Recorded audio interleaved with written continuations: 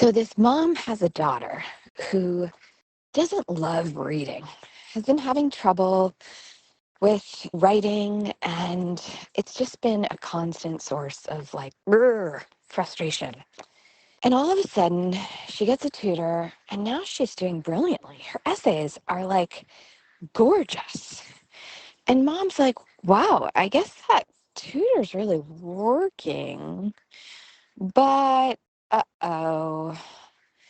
Yeah, here's some files on other essays written about this. Things that have been lifted and copied and pasted. Oops. So at first, mom confronts the daughter. Doesn't go too well. Now, how do we deal with our kids going what I call below board, right? So kind of the opposite of above board. Well, the most important part is understanding why the child is doing it. When they're doing something like that and we call them on their lying, which is sometimes the right answer, it's good for them to know we know, right? Like, I got you, I'm here. But it's really the beginning of the conversation, not the end. Because if somebody's doing that, it means they felt that that was their best choice. Well, if they felt like that was their best choice, what would that mean?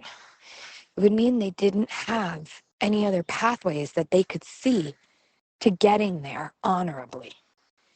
Now, sometimes it's because they feel like they can't tell us they're struggling. Sometimes it's because they just don't like working hard. Who can blame them? It's not always the most fun.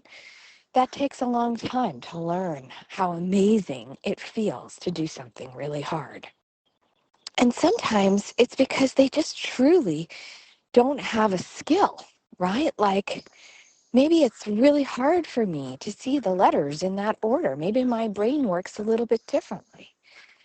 And so as you see, the lie is just the tip of the iceberg. It's really not the whole story. And when we call our kids on the lie, sometimes what happens is they feel so much shame that they just deflect it and then blame us. And then the next thing we know, now they've lied and they're fighting and they're telling us to shut up. We're the worst person in the world. Uh-oh. I told this mom instead to start reading next to her daughter. Not in some way of you have to read next to me now. I can't trust you. But in a way of bringing a nice, soft, cozy blanket. Maybe setting out a lovely tray of snacks. Something really special. Maybe cuddling up next to her, reading together. She did that for a while. It was a little bit better.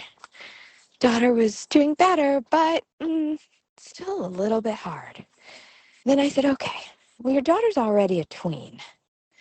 So why don't we just have a real conversation with her and also ask her what she needs?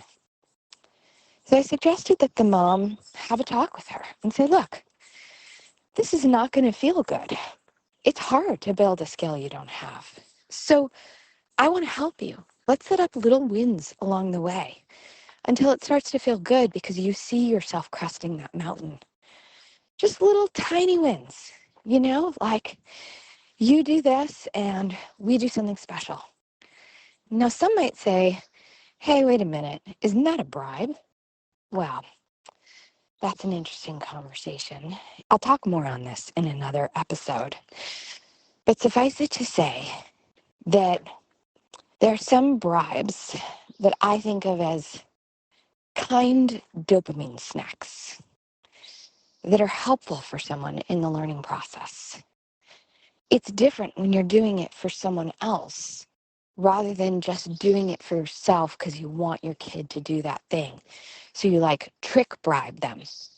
This isn't a trick bribe. It's an actual helping dopamine snack, if that makes sense. Now, some may not see the difference there, but I see a huge difference.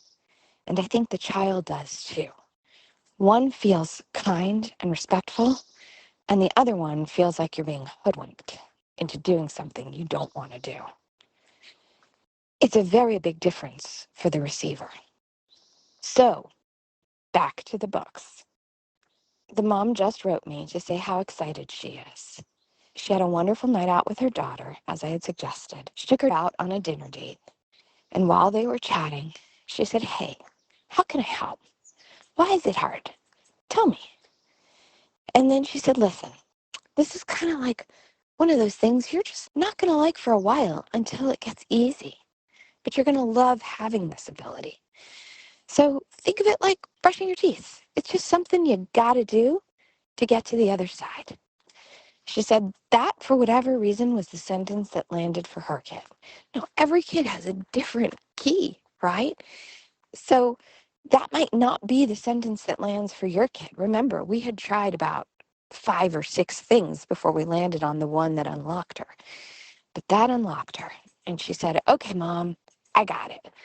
How about this? I want a really special snack every time I read, something I don't normally get, and I eat it in my room."